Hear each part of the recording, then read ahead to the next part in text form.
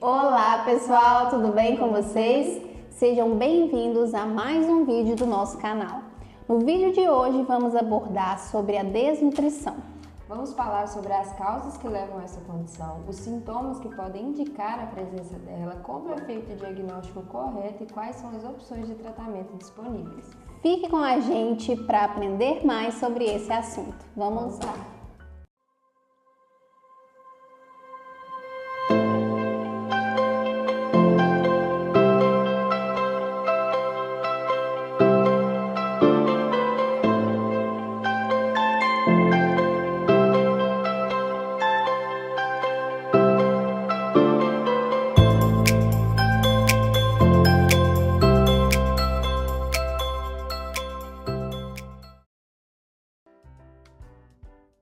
A desnutrição é causada pela falta de calorias ou de um ou mais nutrientes essenciais, podendo ser resultado da dificuldade em obter ou preparar alimentos, consequência de condições de saúde que interferem na ingestão ou absorção de alimentos ou ainda na consequência de momentos em que o corpo necessita de uma quantidade de calorias excessivamente alta, como durante fases de crescimento rápido. A desnutrição é facilmente identificada pelos sinais óbvios que apresenta: o peso abaixo do normal, os ossos salientes, a pele seca e sem elasticidade e os cabelos ressecados e com queda. Os profissionais de saúde conseguem diagnosticar a desnutrição com base na avaliação da aparência, peso, altura e situação da pessoa, incluindo informações sobre dieta e perda de peso. As pessoas acometidas pela desnutrição recebem alimentos em quantidades que aumentam gradualmente, preferencialmente por via oral, mas também pode ser feito por sondas, através de um tubo inserido na garganta que chega até o estômago ou pela veia, via intravenosa. A desnutrição é, na verdade, um tipo de má nutrição, que engloba também a nutrição excessiva. A má nutrição é um desequilíbrio entre os nutrientes de que o corpo precisa e os nutrientes que o corpo obtém. Assim, a má nutrição também inclui a sobrealimentação, consumo excessivo de calorias ou nutrientes específicos, proteínas, gorduras, vitaminas, minerais ou outros suplementos dietéticos. O número de pessoas desnutridas no mundo vem aumentando desde 2014. Na publicação O Estado da Segurança Alimentar e Nutricional no Mundo em 2023, a Organização das Nações Unidas para a Alimentação e Agricultura informou que quase 735 milhões de pessoas estavam desnutridas em 2023, o que corresponde a 9,2% da população mundial. Isso representa um aumento de 122 milhões em relação a 2019. A maioria das pessoas desnutridas vivem em países com altas taxas de insegurança alimentar. Estima-se que quase 600 milhões de pessoas estarão cronicamente desnutridas em 2030. Se a guerra na Ucrânia e a pandemia não tivessem ocorrido, a estimativa de pessoas desnutridas seria bem menor. A desnutrição pode se manifestar de forma gradual ou repentina, como é o caso de pacientes em que o câncer está avançando rapidamente. Quando o organismo não recebe calorias suficientes, ele inicialmente consome sua própria gordura para obter calorias, como se você queimasse seus móveis para manter sua casa aquecida. Quando as reservas de gordura se esgotam, o corpo pode começar a romper outros tecidos, como músculos e tecidos de órgãos internos, o que pode levar a complicações graves, incluindo a morte. A desnutrição proteico-energética é uma deficiência grave de proteínas e calorias que surge quando a pessoa não ingere proteínas e calorias suficientes por um longo período. Em países com altos índices de insegurança alimentar, a desnutrição proteico-energética é mais comum em crianças. Isso contribui para a morte de mais da metade do total de morte de crianças. A desnutrição pode aumentar o risco de desenvolver infecções com a ameaça à vida e, se surgirem infecções, aumentar assim a gravidade. Porém, esse distúrbio pode afetar qualquer pessoa de qualquer idade com uma ingestão inadequada de alimentos. A prevenção envolve a redução da pobreza, a educação nutricional e melhoria das políticas de saúde pública. Existem 3 formas principais de desnutrição proteico-energética: marasmo, kwashiorkor e kwashiorkor marasmático. O marasmo é a falta grave de calorias e proteínas, sendo mais comum em lactentes e crianças pequenas, resultando em perda de peso, perda de músculo e gordura e desidratação. A amamentação geralmente protege contra o marasmo. O kwashiorkor é uma deficiência mais grave de proteínas do que de calorias, sendo menos comum que o marasmo.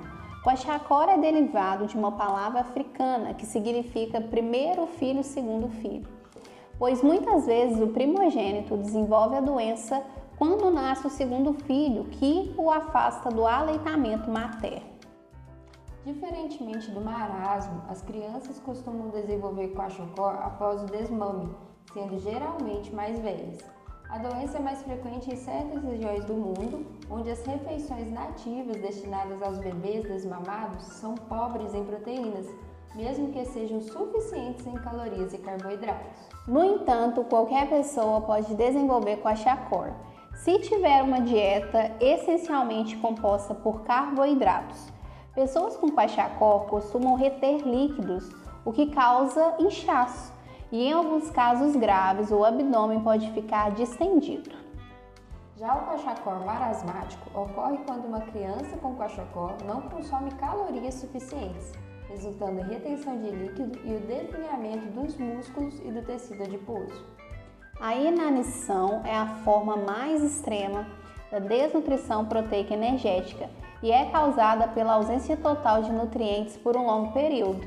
Ela geralmente ocorre pela falta de nutrientes, de alimentos disponíveis, como durante uma época de fome, e mais ocasionalmente quando há alimentos disponíveis, mas a pessoa não os consome, como em casos de jejum prolongado ou anorexia nervosa.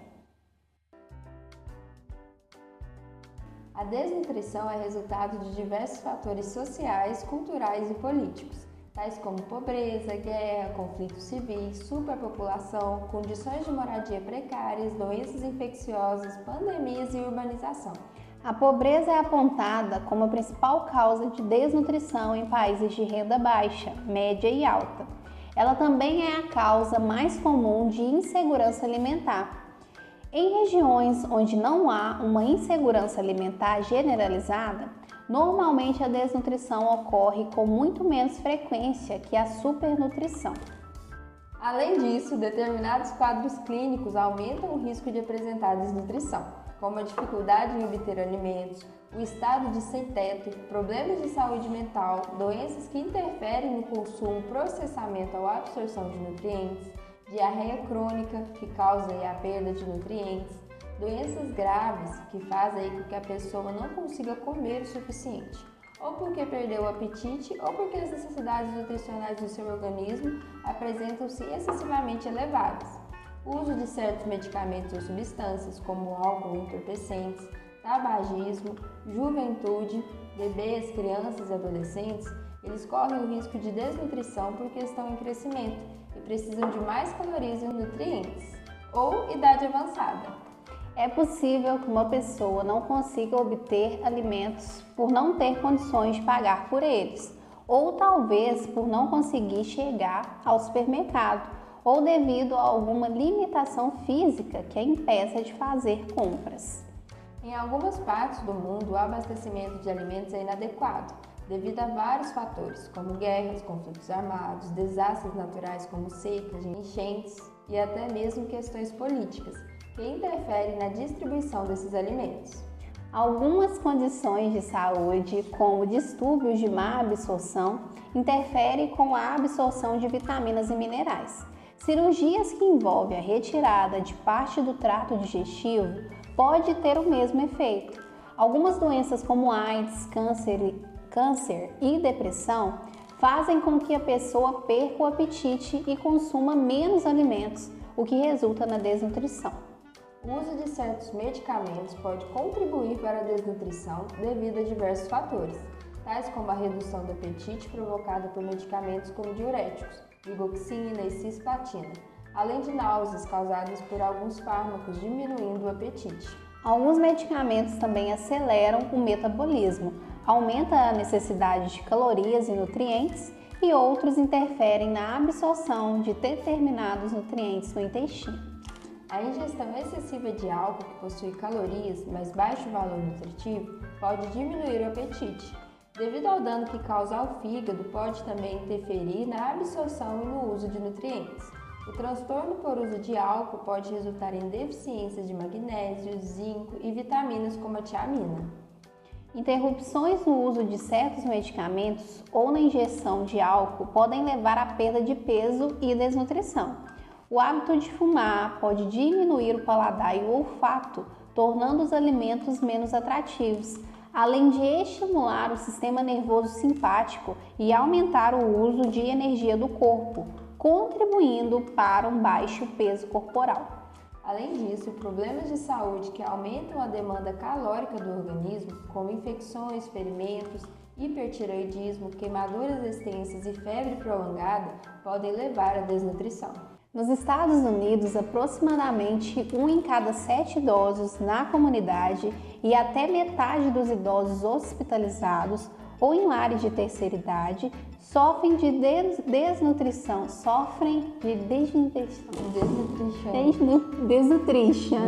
Nos Estados Unidos, aproximadamente 1 em cada 7 idosos na comunidade e até metade dos idosos hospitalizados ou em lares de terceira idade sofrem de desnutrição, pois não consomem calorias suficientes.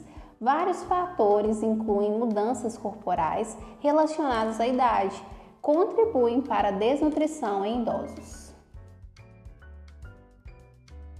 A desnutrição se manifesta através de uma série de sintomas relacionados à deficiência calórica.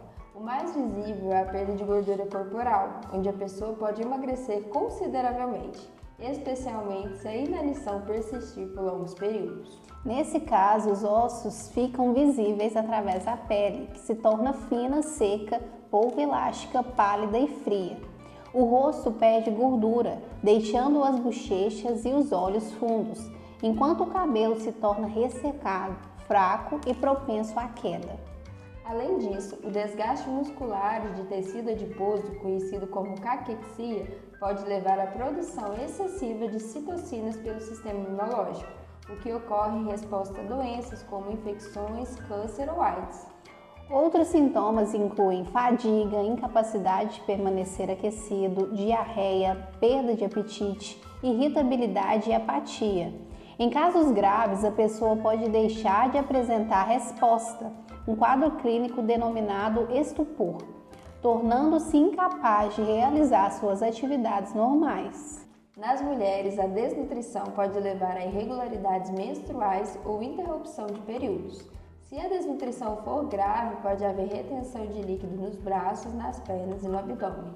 A redução no número de glóbulos brancos, semelhante ao observado em pacientes com AIDS, enfraquece o sistema imunológico, aumentando o risco de infecções.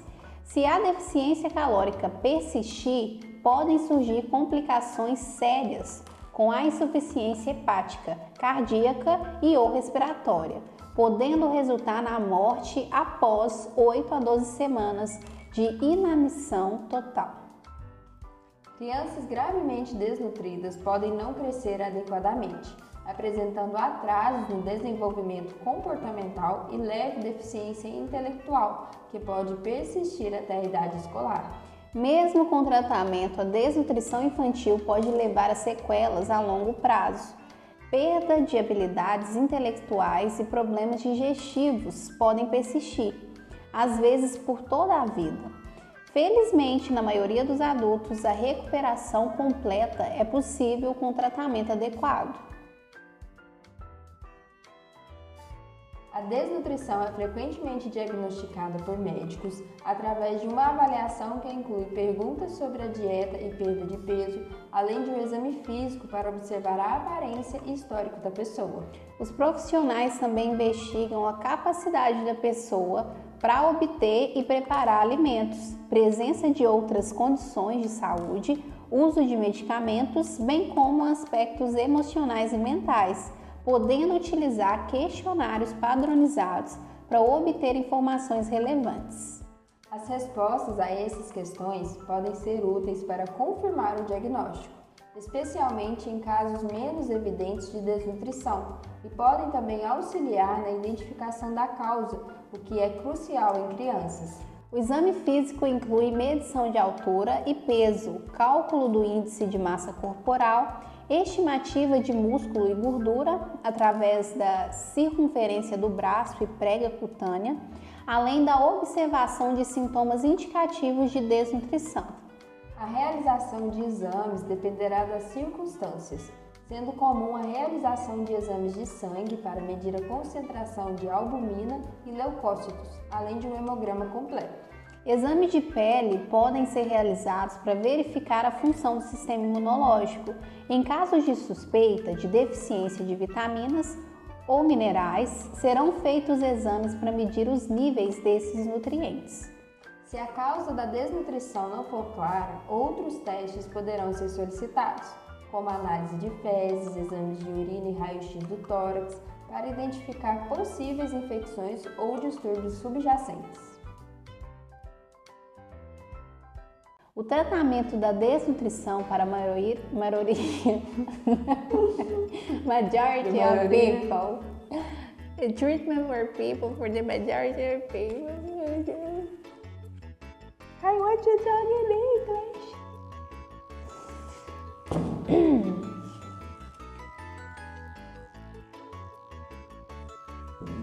O tratamento da desnutrição para a maioria.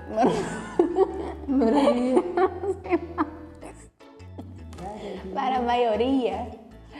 Ai, meu Deus, me ajuda. O tratamento da desnutrição para a maioria das pessoas consiste em aumentar gradualmente a ingestão calórica por meio de várias pequenas refeições nutritivas ao longo do dia. Por exemplo, pessoas que passaram por situações de fome inicialmente recebem quantidades pequenas de alimentos com mais frequência, entre 6 a 12 vezes por dia. Posteriormente, a quantidade de comida é aumentada progressivamente.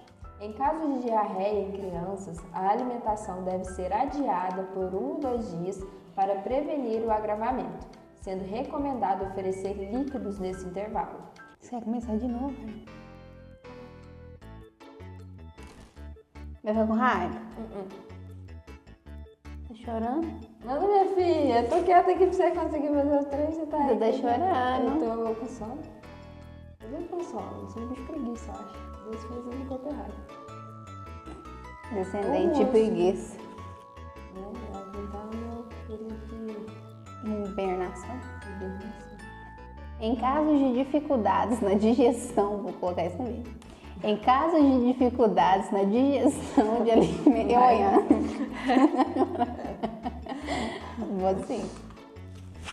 Em casos de dificuldades na digestão de alimentos sólidos, pode ser necessário recorrer a suplementos líquidos ou dieta líquida, preferencialmente sem lactose, para evitar problemas de digestão desse açúcar encontrado em laticínios. Suplementos multivitamínicos são fornecidos para garantir a ingestão adequada de nutrientes, enquanto distúrbios que contribuem para a desnutrição, como infecções, são tratados. Para crianças gravemente desnutridas, alguns especialistas recomendam administrar antibióticos, mesmo na ausência de infecção aparente. Em casos graves, hospitalização pode ser necessária. É importante ressaltar que a reintrodução alimentar após uma desnutrição grave deve ser realizada de forma gradual para evitar complicações como diarreia e desequilíbrios na água corporal, glicose e outros nutrientes. Quando a administração de nutrientes por via oral não é possível, esses podem ser fornecidos através de métodos como a alimentação por sonda ou intravenosa. A abordagem terapêutica varia de acordo com a gravidade da desnutrição e as necessidades individuais de cada paciente. Às vezes, as pessoas muito desnutridas são medicadas com o intuito de estimular o apetite, utilizando substâncias como dronabinol ou megestrol. ou para promover o crescimento da massa muscular, com o uso de um hormônio do crescimento ou esteroides anabolizantes como nandrolona ou testosterona. E por hoje é só. Espero que vocês tenham gostado do vídeo e que tenham aprendido um pouco sobre a desnutrição. É fundamental ficar atento aos sinais e sintomas, buscar ajuda médica para um diagnóstico preciso e seguir as orientações de tratamento para garantir a saúde e bem-estar. Se você gostou do conteúdo, não se esqueça de deixar o seu like, compartilhar com quem possa se beneficiar dessas informações e se inscrever no canal para ficar por dentro de mais conteúdos como este. Obrigada por assistir e até o próximo vídeo.